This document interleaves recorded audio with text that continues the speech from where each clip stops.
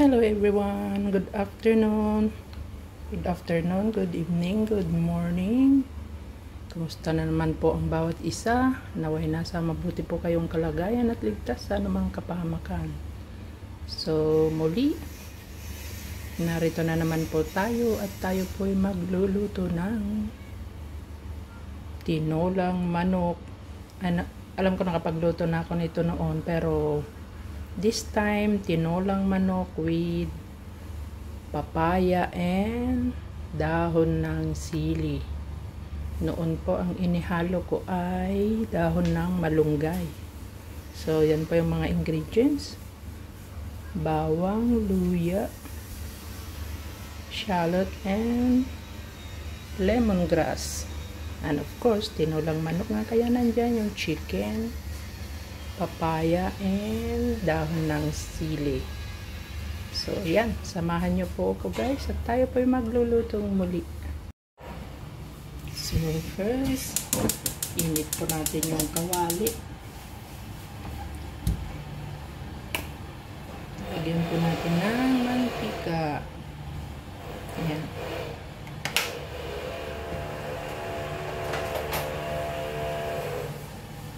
Sorry, maingay dito. May nagre-renovate sa kapitbahay.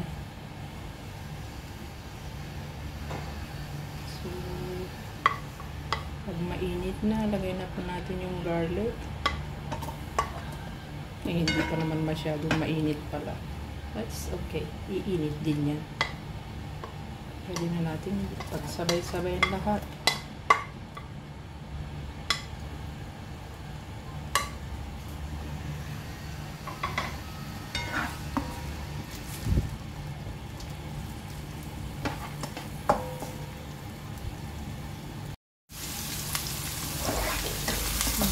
Halo-haloin lang po natin hanggang maamoy natin yung amoy ng bawang, shallot, and ginger.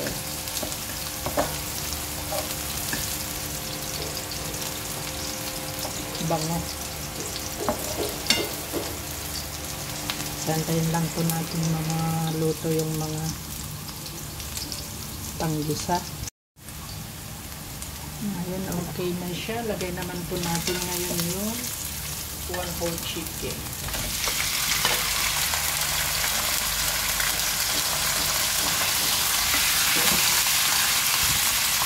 Gitramin po natin yung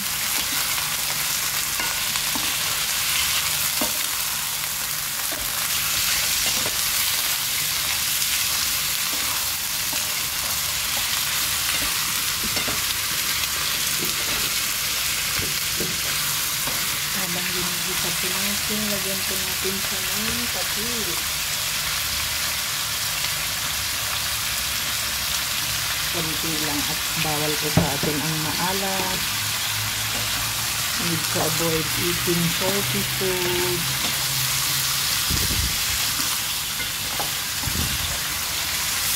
Ayan, gisa-gisa lang po natin siya.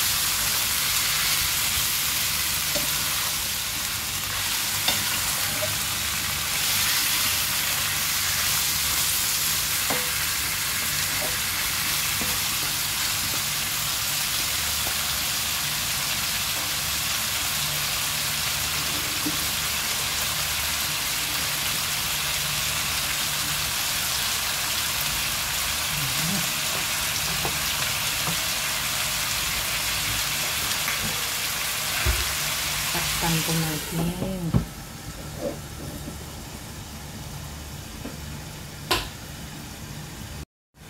So, check po natin kung ayan.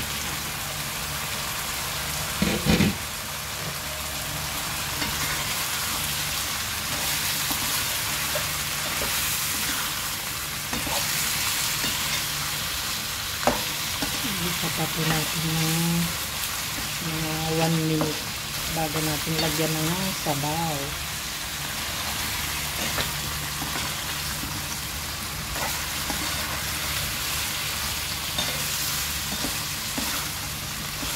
Lagyan natin sa sabawan.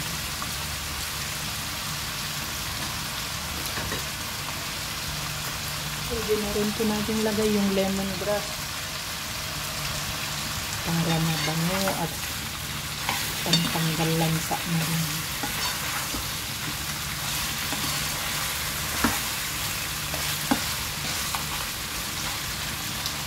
So yun, pwede na natin ilagay yung tubig.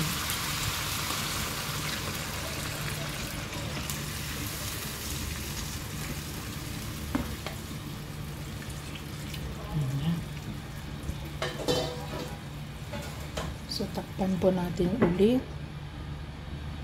Hayaan po natin siyang kumulo dyan para maluto yung manok bago natin ilagay yung papaya. So, yan. Kumukulo na at check po natin ulit yung manok at baka luto na.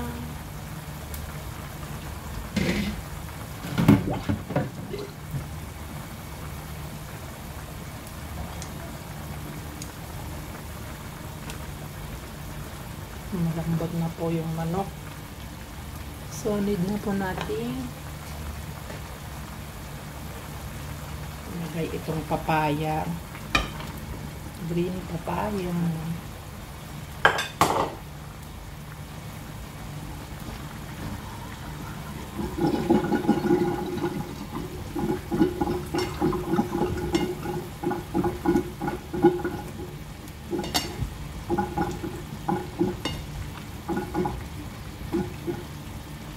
Kulang yung tubig.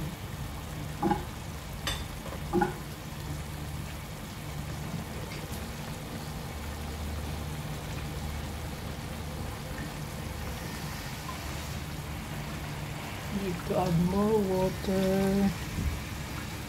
Kasi kulang po siya. I think I need to add a little bit more fish sauce. Yeah.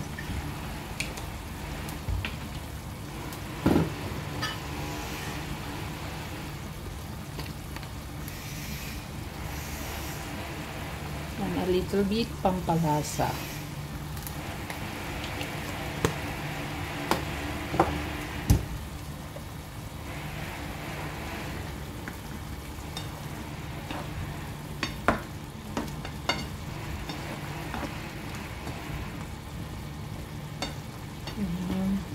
Then, takpan po natin ulit para maluto yung papaya.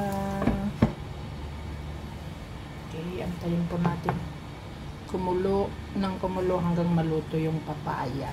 Yan. Check po natin siya ulit kung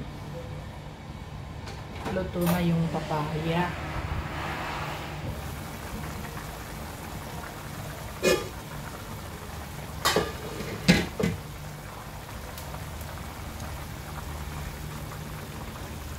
Oh, matigas pa. So, daw mga 5 more minutes para maluto yung papaya bago natin ilagay yung chili leaves. Yan. Oh. So, takpan pa po natin at hayaan natin siyang kumulo dyan.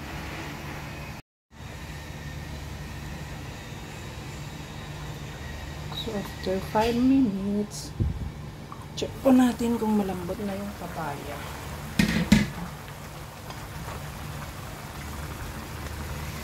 No.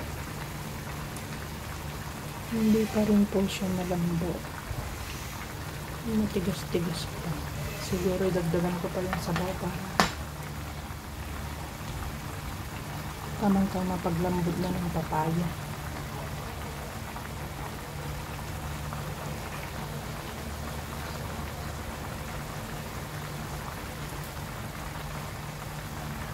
Tamang-tama paglambot ng papaya, mababawasan na yung sabaw niya. Pwede na natin ilagay yung bell pepper. Dahon ng sili pala. Sorry. Yan. Takpan po natin ulit at hayaan natin kumulo din. Habang nagpe-prepare tayo ng iba nating gagawin. Ipapakulo po tayo ng Luto sarap na sabaw with dried octopus and pork bones. Habang tayo po nagluluto ng tinolang manok para sa tanghalian. Yan po yung ating tinolang manok.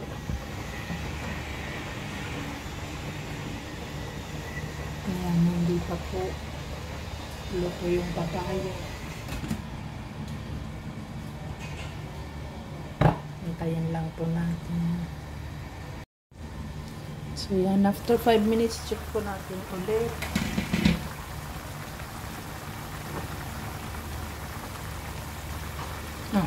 Pwede na.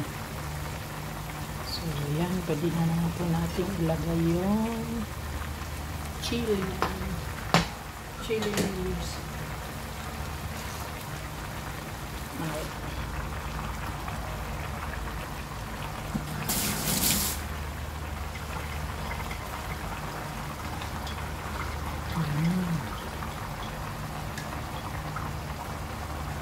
Yung 300 grams po na chili leaves, it costs $13.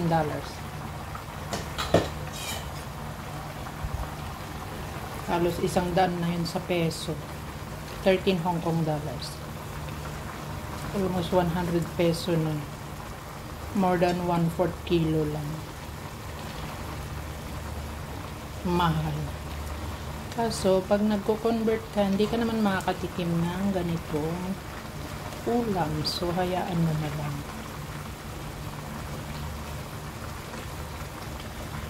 Talagang ganyan. So, takpan po natin at pakuluin sandali. Antayin natin maluto. Mabilis lang namang maluto yan.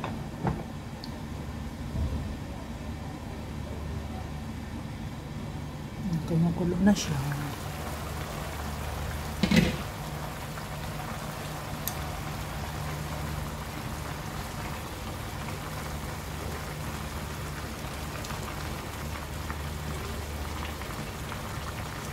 Yan, lutuin na.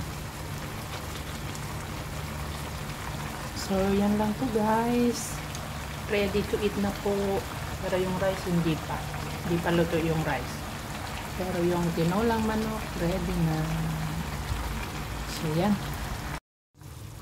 So, yan. Tapos na po guys. Yan na po yung ating tinolang manok. So, muli, maraming salamat po sa inyong lahat sa pagsama nyo sa akin sa pagluluto ng tinolang manok with chili leaves. So, thank you po sa inyong lahat. Love you all guys. Thank you everyone and God bless. Bye-bye. So yan na po yung tinola. Kain na po tayo.